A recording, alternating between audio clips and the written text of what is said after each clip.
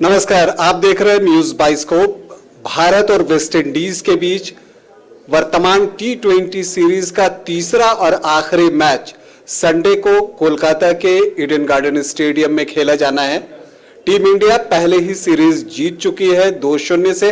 पहले दोनों ही टी20 मैच भारतीय टीम ने जीत लिए हैं और आज कंप्लीट व्हाइट वॉश के इरादे से तीसरे टी20 मैच में भारतीय टीम उतरने वाली है। आपको ये भी बता दें कि जो ये तीसरा टी20 मैच होगा, इससे पहले जब भारतीय टीम ने दूसरा टी20 मैच जीता था तो टी20 के इतिहास में भारत के लिए वो जीतों का शतक था।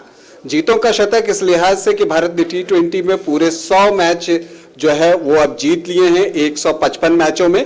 और आपको ये भी बता दूं कि इसके बारे में और बताऊं उससे पहले ये बता दूं कि मेरे साथ प्रोजेश हैं। तो प्रोजेश, कल भारतीय टीम ने टी20 के इतिहास में 100वीं जीत दर्ज की, इस पर आप क्या कहेंगे?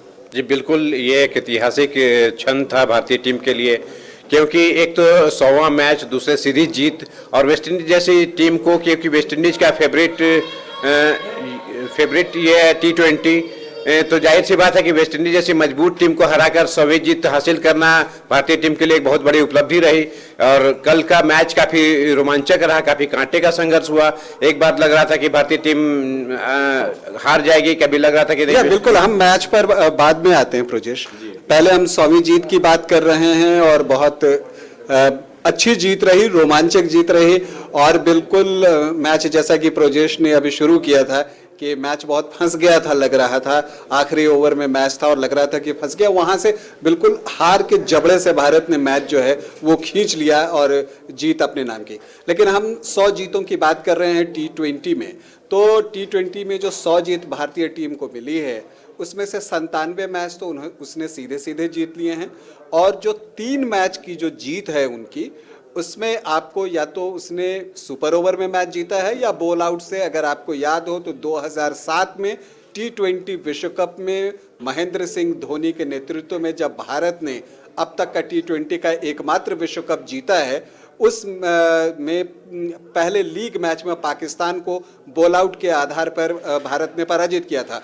तो उन सब को मिला के भारत की ये 100 जीत हुई है। और निश्चित तौर पर एक बात और है प्रोजेश की, 100 जीत हासिल करने वाली भारतीय टीम जो है दुनिया में सिर्फ दूसरी टीम है।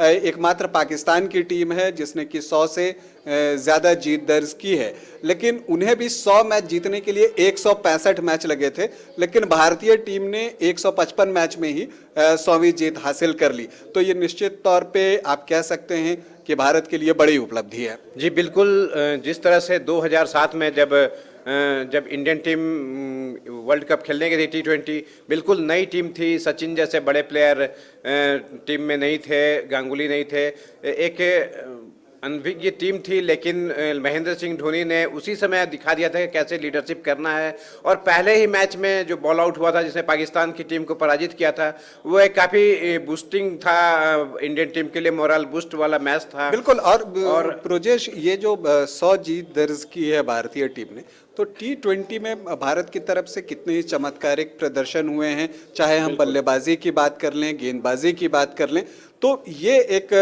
भारत के लिए शुभ संकेत है कि आपने सिर्फ 155 मैच में 100वीं जीत हासिल कर ली है। और हालांकि अभी भी जीत के मामले में पाकिस्तान पहले नंबर पर है और टीम इंडिया दूसरे नंबर पे है, लेकिन प्रोजेश हम उम्मीद करते हैं कि जल्दी भारत जो है पहले नंबर पे पहुंच जाएगा। अब हम बात करें संडे को जो टी20 का तीसरा टी20 होना है, इस मैच को आप कैसे देख रहे हैं? जो भारत और वेस्ट इंडीज के बीच तीसरा टी20 खेला जाना है, उसके बारे में आपकी राय क्या है प्रोजेश? देखिए, सबसे बड़ी चीज़ है कि इंडियन टीम सीरीज जीत चुकी है, फ्री माइंड से अपना तीसरा मैच खेलेगी और उसके लिए विराट कोहली और ऋषभ पंत जैसे स्टार प्लेयर को रेस्ट दिया गया है। और जो नए प्लेयर हैं जैसे ऋतुराज गायकवाड़ हैं, इन लोगों को मौका मिल रहा है, जो कि उनके लिए काफ़ी फायदेमंद है कि वो भी वर्ल्ड कप से पहले एक बार वो टेस्ट कर लिए जाएंगे कि इंडियन टीम के जो नए खिलाड़ी हैं वो किस तरह का परफॉर्मेंस करते हैं। सो भी वेस्ट इंडीज जैसी मजबूत टीम के अगेंस्ट में, क्योंकि वेस्ट इंडीज भले 2 मैच हार गई, लेकिन जो सेकेंड टी20 मैच था काफ़ी रोमांचक मैच था। पलड़ा किसी भी तरह से जा सकता था, मैच कभी इधर झुक रहा था, कभी दूसरी तरफ झुक रहा था। तो जाहिर सी बात है कि इंडियन टीम ने अपने नर्व को मेंटेन करके इस मैच को जो जीता है और इसके बदौलत जो नए प्लेयरों को मौका मिल रहा है, इस तरह के चांसेस मिल रहे हैं, तो उन्हें ये एक अच्छा मौका है जिसे वो भंजा सकते हैं। और इंडियन टीम जो कि वर्ल्ड कप काफ़ी नज़दीक है, तो उसके लिए भी एक प्रिपरेशन के तौर पर देख रही है। जी आपने बिल्कुल सही कहा। और ब्रजेश, जब हम कहते हैं कि अनुभव का कोई विकल्प नहीं होता है, ये बात हमें दूसरे T20 के दौरान देखने को मिला। 2 ओवर में 29 रन चाहिए थे वेस्ट इंडीज़ की टीम को, और जो पेन अल्टीमेट ओवर होता है, मतलब पारी के आखिरी ओवर से पहले का ओवर जो होता है 19वां ओवर, वो लेकर आए जो आपके सबसे अनुभवी गेंदबाज हैं भुवनेश्वर कुमार। जैसा कि हम सभी जानते हैं कि भुवनेश्वर कुमार पिछले कुछ दिनों से फॉर्म में नहीं थे, तो लग रहा था कि क्या इतनी बड़ी जिम्मेदारी उन पर सौंपी जाएगी, लेकिन जैसा कि मैंने कहा कि अनुभव का कोई विकल्प नहीं होता। और जो 19वां ओवर भुवनेश्वर ने डाला, और उसमें उन्होंने सिर्फ 4 रन खर्च किए, और आप कह सकते हैं कि वहीं से पूरा मैच जो है वो पलट गया। अब आखिरी ओवर में 25 रन जीत के लिए चाहिए थे वेस्ट इंडीज़ की टीम को, तो वो एक मुश्किल टास्क हो गया था, बावजूद इसके कि पोलार्ड क्रीज पर आ चुके थे और पवेल बेहतरीन फॉर्म में थे और उन्होंने 2 छक्के लगाकर वो दिखाया भी। लेकिन बावजूद इसके मैं भुवनेश्वर कुमार की तारीफ करूंगा, और मैं साथ में तारीफ करूंगा टीम मैनेजमेंट की भी, कि उन्होंने भुवनेश्वर कुमार पर विश्वास बनाए रखा। जबकि ज़्यादातर मौके पर यह देखने में आ रहा था कि लग रहा था कि नहीं, आपके पास इतने बैकअप बॉलर्स हैं, तो क्या प्लान ऑफ थिंकिंग में भुवनेश्वर कुमार हैं। लेकिन जिस तरह से भुवनेश्वर कुमार पर विश्वास जताया टीम इंडिया ने, मुझे लगता है कि जो T20 का विश्व कप अक्टूबर-नवंबर में ऑस्ट्रेलिया में होने वाला है, वहाँ हम भुवनेश्वर कुमार को नई गेंद के साथ गेंदबाजी करते देखेंगे। जी बिल्कुल, जिस तरह से भुवनेश्वर कुमार ने कल गेंदबाजी की सेकेंड T20 मैच में, कि जो लास्ट ओवर था, सेकेंड लास्ट ओवर, उसमें जो इस तरह से उन्होंने गेंदबाजी की, जिस तरह से मात्र 4 रन खर्च किए, जाहिर सी बात है कि एक्सपीरियंस का कोई विकल्प नहीं है। और इंडियन टीम मैनेजमेंट ने भुवनेश्वर के ऊपर यह विश्वास जताया है, उन्हें दोनों मैचों में मौका दिया, और भुवनेश्वर ने उसको बखूबी दिखाया कि क्यों उन पर भरोसा किया जा सकता है। वे डेथ ओवर के इंडिया के one of the best bowler में क्यों गिने जाते हैं। बिल्कुल। और ब्रजेश, खास बात ये लगा कि जब वो 19वां ओवर लेकर आए, उस समय पूरन और वो पावेल दोनों ही मतलब प्रचंड फॉर्म में थे, और जैसे मन कर रहा था वैसे खेल रहे थे। एक तरह से मतलब जिस तरफ चाह रहे थे स्ट्रोक लगा रहे थे। लेकिन जो उन्होंने ओवर डाला, आप ओवर देखिए उनका, जो यॉर्कर्स डाले या ऊपर जो गेंदें फेंकी, ऑफ स्टिक के बाहर फेंकी, ताकि आपको जो है बहुत चांस ना मिले कि आप लंबे शॉट लगा सकें, और उसी प्रयास में जो है वो आउट हुए पूरन। लेकिन आप ये भी देखिए कि जैसे ही कप्तान पोलार्ड आए, उन्होंने शॉर्ट गेंद डाल दी, क्योंकि वो जानते थे कि अगर इन्हें हम ऊपर फेंकता हूं तो ये सामने लंबा छक्का लगा सकते हैं। तो ये जो सूझबूझ होती है, जो आप हर बैट्समैन पे वर्क करते हैं, या अनुभव के साथ आप सीखते हैं, तो वो भुवनेश्वर कुमार ने दिखाया। और भुवनेश्वर कुमार की जितनी तारीफ की जाए वो कम है। इसके अलावा ब्रजेश, अगर हम बात करें, जैसा कि आपने अभी ऋतुराज गायकवाड़ का नाम लिया, कि ऋतुराज गायकवाड़ को मौका मिल सकता है। जैसा कि हमारे दर्शक सभी जानते होंगे कि विराट कोहली और ऋषभ पंत को तीसरे वनडे और श्रीलंका के साथ जो T20 सीरीज होना है, उसके लिए विश्राम दिया गया है।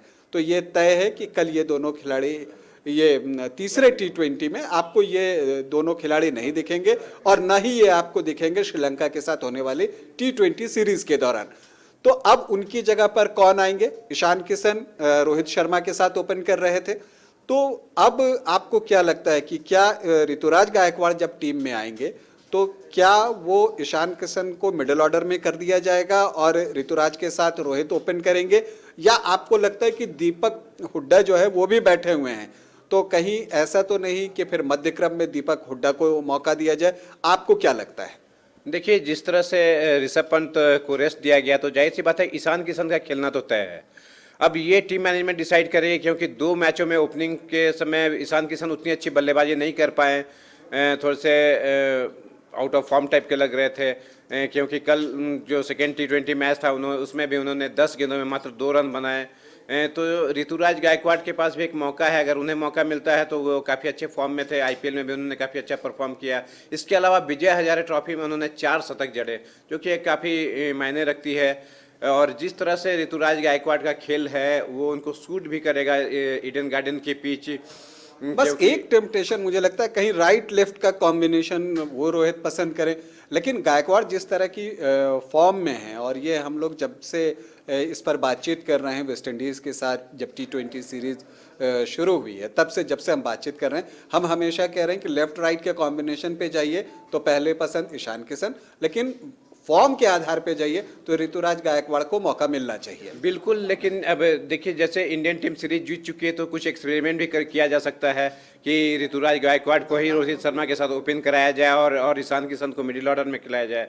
इसके अलावा श्रेयस अय्यर को भी मौका मिल सकता है कि श्रेयस अय्यर भी बैठे हुए हैं। नहीं, श्रेयस अय्यर तो खेलेंगे, ये तो क्योंकि आपके 11 से 2 खिलाड़ी बाहर हुए हैं, एक तो आपके विराट कोहली बाहर हुए हैं और इसके अलावा आपको ऋषभ पंत बाहर हुए हैं, तो 2 खिलाड़ी तो आप लेकर आ सकते हैं।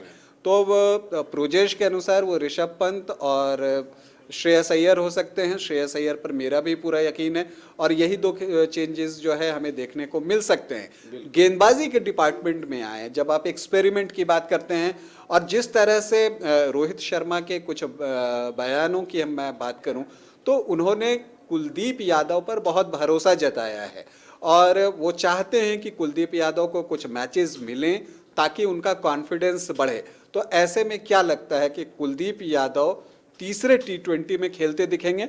बिल्कुल हो सकता है कि कल कुलदीप यादव को तीसरे T20 में मौका मिले, क्योंकि कुलदीप यादव को बहुत काफ़ी दिन से मैच नहीं खेले थे, 1-2 मैच खेले अभी रिसेंट में, तो जाहिर सी बात है कि कुलदीप के पास भी एक मौका होगा कि वह भी अपने परफॉर्मेंस को दिखाएं।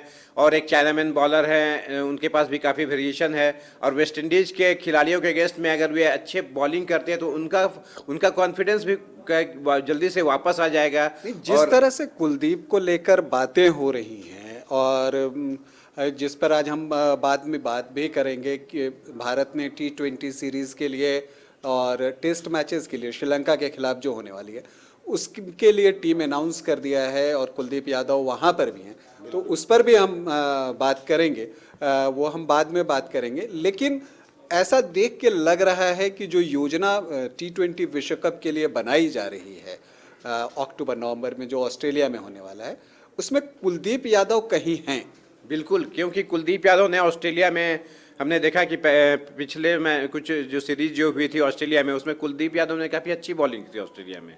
तो इसलिए इंडियन थिंक टैंक की ये लेके चल रही है कि वर्ल्ड कप ऑस्ट्रेलिया में होना है, इसलिए कुलदीप को मौका मिले कि कुलदीप एक यूनिक बॉलर है, एक चाइनामैन बॉलर है, तो उनके पास काफ़ी वेरिएशन है। तो ये भी इंडियन टीम की योजना है कि अगर वो कॉन्फिडेंस मिल जाता है कि जो कि वे अभी कुछ दिनों से नहीं प्राप्त कर पा रहे थे, अगर उन्हें मैच खिलाया जाए तो जाहिर सी बात है कि उनका कॉन्फिडेंस बूस्टअप होगा। तो वर्ल्ड कप में वे टीम में रहने की पूरी संभावना है। जिस तरह से कुलदीप को मौका मिल रहा है, तो जाहिर सी बात है कि इंडियन टीम टैंक उसे लेकर चल रही है कि वो भी वर्ल्ड कप में इंडियन टीम के साथ रहेंगे। देखिए, ये भी बात हम कह रहे हैं कि जब कुलदीप को खिलाने की बात हो रही है, तो आपको क्या लगता है, यजुवेंद्र चहल की जगह पे वो खेलेंगे या रवि बिश्नोई की जगह पे खेलेंगे?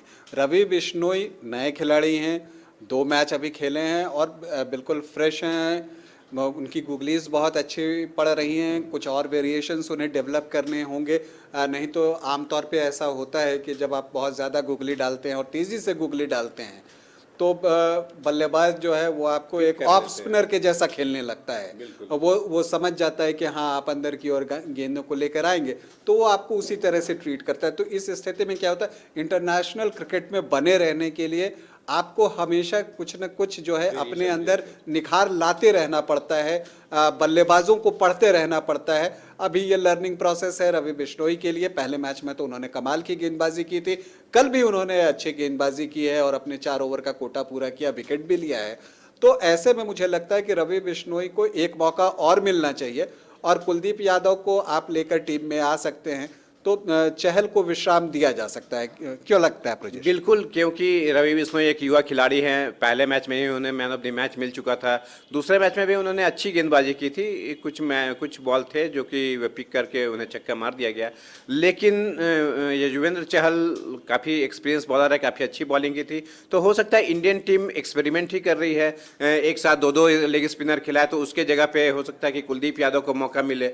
तो जहाँ तक जो तीसरे T20 मैच की बात है, तो वहाँ पर यह है कि team India complete white wash के मूड में है, तो वहीं वेस्टइंडीज़ की टीम प्रतिष्ठा बचाने के लिए उतरेगी।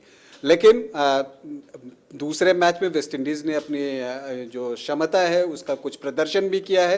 तो ऐसे में हम उम्मीद करते हैं कि तीसरे T20 मैच में, जबकि भारत के कुछ प्रमुख खिलाड़ी नहीं होंगे, नए खिलाड़ी खेल रहे होंगे, तो वेस्टइंडीज़ की टीम जो है वो पूरा प्रयास करेगी कि तीसरे T20 मैच को जीते। लेकिन टीम इंडिया को आप कम करके नहीं आंक सकते।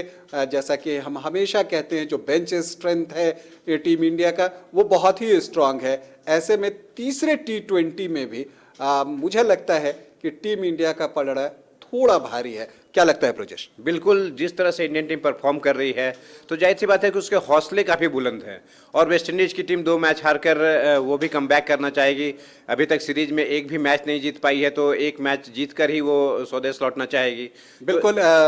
तो इस मैच का सभी को इंतज़ार है और संडे को ये मैच खेला जाना है और सारे लोग भारतीय टीम से उम्मीदें बांधे हुए हैं और एक रोचक मुकाबला देखने चाहते हैं।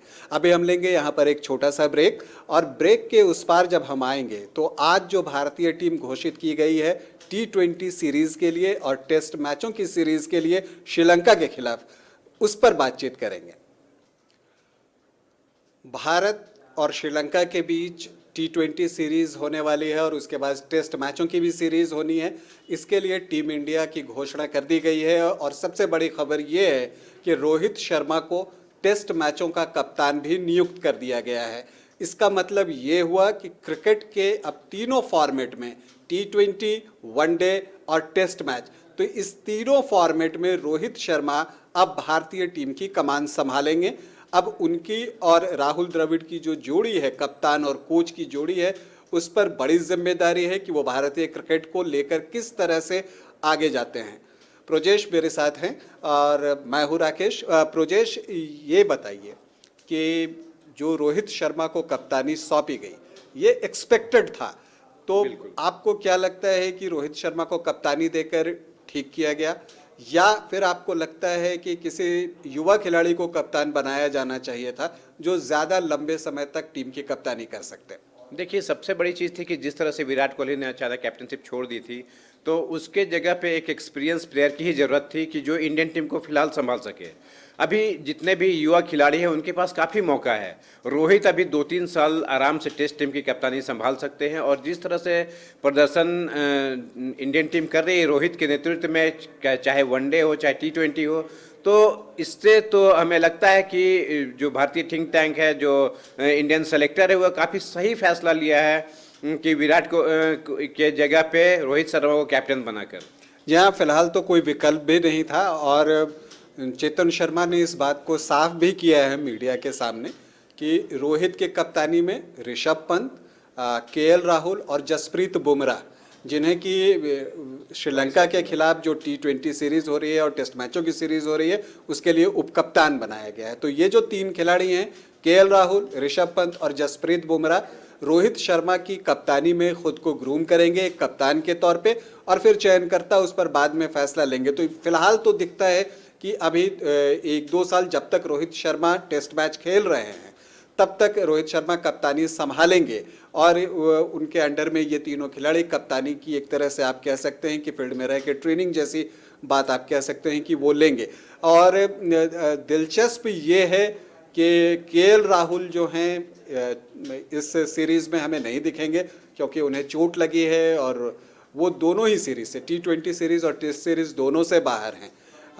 विराट कोहली और ऋषभ पंत को श्रीलंका के खिलाफ T20 सीरीज से विश्राम दिया गया है। दोनों लगातार क्रिकेट खेल रहे थे और ये जो बायो बबल का प्रेशर होता है उसमें इतने दिनों से रहना वो आसान नहीं होता है, तो उन्हें विश्राम दिया गया है ताकि वो अपने फैमिली के साथ कुछ वक्त गुजारें और फिर जब वापसी करें फ्रेश माइंड से आएँ तो वो ज़्यादा बेहतर प्रदर्शन कर सकें। तो प्रोजेश, अगर हम बातचीत शुरू करें विराट कोहली से, ये जो टेस्ट सीरीज़ होने वाली है श्रीलंका के खिलाफ, तो हम बात करेंगे कि विराट कोहली उस सीरीज़ में दिखेंगे और वो सीरीज़ न सिर्फ टीम इंडिया के लिए बल्कि विराट कोहली के लिए भी बहुत महत्व रखता है। क्यों रखता है? क्योंकि इसी सीरीज़ के दौरान विराट कोहली अपना 100वां टेस्ट मैच खेलेंगे। मोहाली में मुझे उम्मीद है कि वो अपना 100वां टेस्ट मैच खेल लेंगे।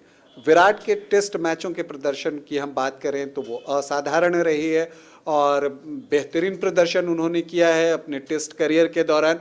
हालांकि पिछले 2 सालों से उनके बल्ले से शतक नहीं आया है और टेस्ट मैचों में सब उसकी प्रतीक्षा करेंगे, तो शतक लगाने का इससे बेहतरीन मौका कि आप अपने 100वें टेस्ट मैच में शतक लगाएं, इससे बेहतर और कुछ नहीं हो सकता। क्यों प्रजेश? जी बिल्कुल, जिस तरह से विराट कोहली जिस तरह से का कैरियर रहा है उस तरह से लगता है कि 100वें टेस्ट में वो सेंचुरी करे तो इससे बड़ी बात और क्या हो सकती है। विराट के 2 साल काफ़ी अच्छे नहीं रहे, वे शतक नहीं लगा पाए हैं, लेकिन उनके परफॉर्मेंस से एक बार भी नहीं लगा कि वो आउट ऑफ फॉर्म है। अभी 2-3 मैचों को अगर छोड़ दिया जाए तो जिस तरह से विराट बैटिंग करते हैं 70-75 रन आसानी से मार देते हैं, लेकिन एक लक फेवर नहीं कर रहा उनका कि वो सेंचुरी नहीं मार पा रहे हैं। लेकिन हम सभी आशा करते हैं कि वो 100वें टेस्ट में एक सेंचुरी मारकर एक यादगार बनाए अपने टेस्ट को, और इंडियन टीम को भी एक भरोसा दिलाएं कि जब तक विराट है तब तक इंडियन टीम को किसी चीज़ की सोचने की ज़रूरत नहीं है।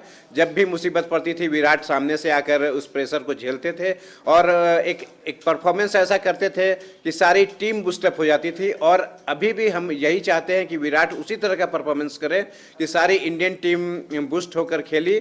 और जो वर्ल्ड चैंपियनशिप का ही मैच होगा जो श्रीलंका के अगेंस्ट में जो खेला जा रहा है, तो जाहिर सी बात है कि इसमें इंडियन टीम काफ़ी अच्छा परफॉर्म करना चाहिए, क्योंकि साउथ अफ्रीका का दौरा उतना अच्छा नहीं रहा। पहला टेस्ट जीतने के बाद 2 टेस्टों में हार मिली है। टेस्ट मैच पे हम फिर से लौटेंगे और ये विराट कोहली की बात थी, चूंकि जब टीम अनाउंस हुआ और टेस्ट सीरीज में उनका नाम देखा, T20 सीरीज में वो नहीं है, तो इसलिए मुझे लगा कि ये 100वां टेस्ट होने वाला है और बहुत ही खास होने वाला है, इसलिए पहले विराट कोहली की चर्चा कर ली जाए।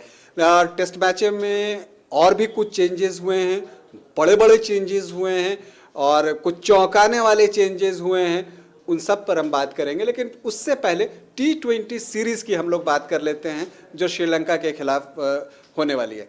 T20 सीरीज की हम बात करें तो जो भारतीय टीम चुनी गई है, जिसमें कि मैंने जैसा शुरू में कहा कि विराट कोहली और ऋषभ पंत को विश्राम दिया गया है, तो ऐसी स्थिति में जो टीम है, एक अच्छी बात यह है कि बुमराह की वापसी हुई है और इसके साथ साथ रविंद्र जडेजा काफ़ी दिनों के बाद फील्ड पर हमें परफॉर्म करते दिखेंगे।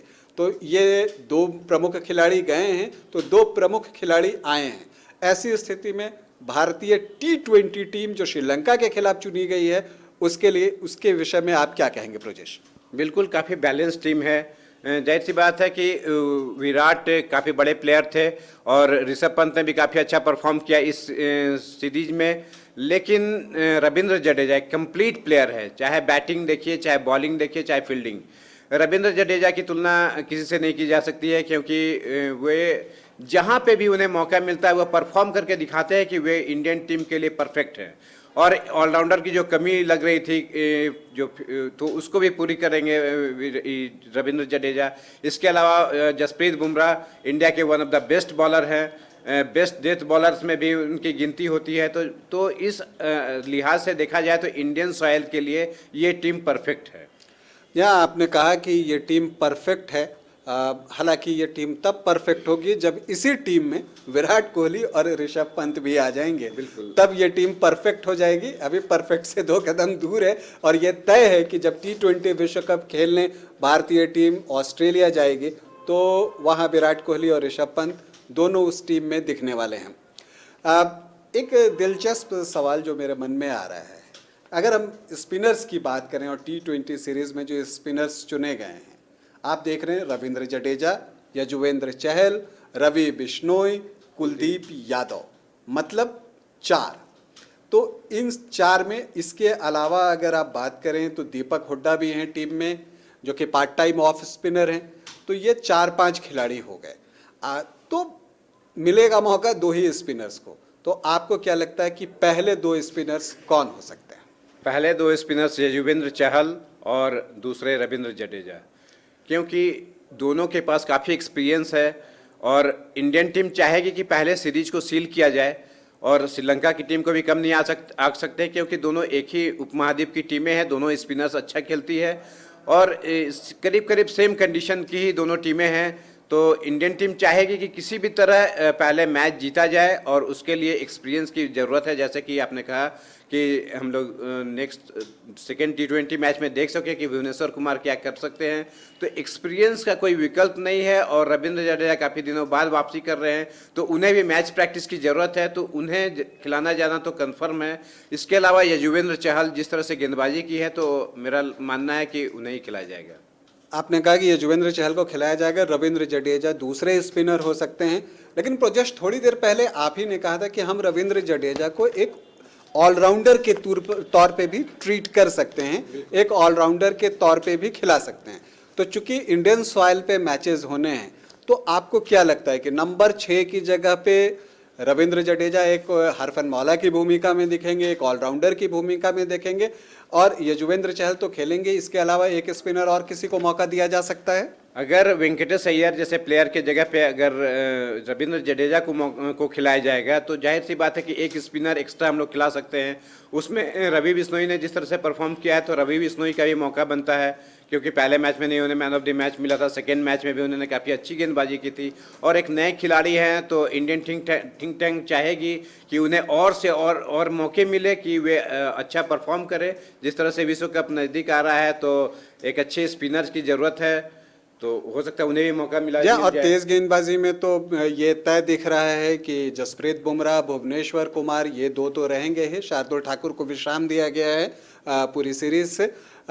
इसके अलावा अब हम टेस्ट मैच के बारे में एक बात करना चाहेंगे, और जो सबसे महत्वपूर्ण चेंजेस की बात मैंने की थी कि इस टेस्ट टीम में आपको अजिंक्य रहाणे और चेतेश्वर पुजारा का नाम नहीं दिख रहा है, तो क्या लगता है ये उनके लिए रोड ब्लॉक है? देखिए, अजिंक्य रहाणे रणजी ट्रॉफी में अभी सेंचुरी मारकर दिखाए हैं कि वे फॉर्म में वापस आ रहे हैं, लेकिन वे काफ़ी दिनों से कंसिस्टेंट नहीं रहे हैं। वे कुछ रन बनाए हैं, चेतेश्वर पुजारा के साथ भी यही बात हो रही थी कि कुछ मैचों में वे रन कर रहे थे, कुछ मैचों में नहीं कर रहे थे। तो इंडियन सॉइल पे जो इंडियन सेलेक्टर है वो चाहती है कि कुछ नए खिलाड़ियों को मौका मिले, जैसे प्रियांक पंचाल को मौका दिया गया है। वे घरेलू क्रिकेट में काफ़ी कंसिस्टेंट ये मैं बात कर रहा हूँ अभी अजिंक्य रहाणे और चेतेश्वर पुजारा की, दो बड़े खिलाड़ी भारतीय क्रिकेट के। जो टेस्ट मैचों की सीरीज होनी है श्रीलंका के खिलाफ, उस टीम में नहीं दिखेंगे। चेतन शर्मा ने कहा है कि रणजी ट्रॉफी खेल रहे हैं दोनों और उनके प्रदर्शन पर लोगों का ध्यान है। ये उनके लिए रोड ब्लॉक नहीं है, आगे मौका मिल सकता है। लेकिन जिस तरह की बात है प्रजेश की, होता क्या है कि जिन खिलाड़ियों को मौका मिलता है, जैसा कि मैं बार बार कह रहा हूं कि बेंच स्ट्रेंथ इतना स्ट्रांग हो गया है, अब आपको श्रेयस अय्यर वहां पर मिलेंगे, हनुमा विहारी को मौका मिलेगा, और अगर ये युवा खिलाड़ी अच्छा परफॉर्म कर जाते हैं तो ऐसी स्थिति में इन दोनों के लिए रोड ब्लॉक भी हो सकता है, आगे शायद इनको मौका नहीं मिले। लेकिन जो भी हो, मुकाबला अच्छा होगा श्रीलंका के साथ। श्रीलंका उपमहाद्वीप की टीम है, तो वो भी यहाँ पर स्पिनर्स को बेहतर तरीके से खेल सकती है।